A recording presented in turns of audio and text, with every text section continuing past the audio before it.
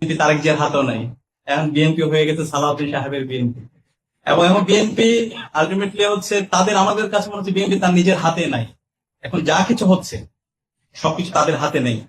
সে আগের মতো করে আমরা দেখতে পাচ্ছি সে ডিপ স্টেটের খেলা, আগের মতো আমরা দেখতে পাচ্ছি প্রেসক্রিপশনের খেলা।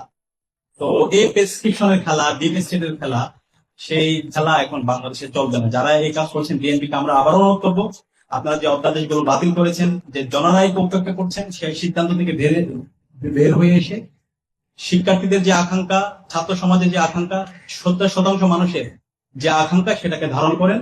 সংস্কারের করলে সেটা আপনাদের লাভ। আপনার গত 16 বছর জুড়ে সেই সংস্কারের কথা বলেছেন। আপনাদের যে 31 দফা, সেই 31 দফার প্রত্যেকটা দফাগুলো সংস্কারের পক্ষে।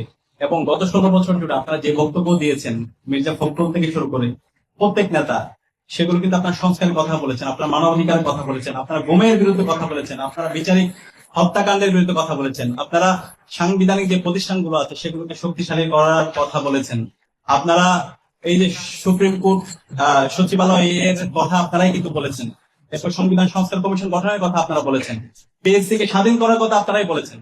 কিন্তু আমরা এখন দেখতে পাচ্ছি সম্পূর্ণ দ্বিচারিতামূলক আচরণ।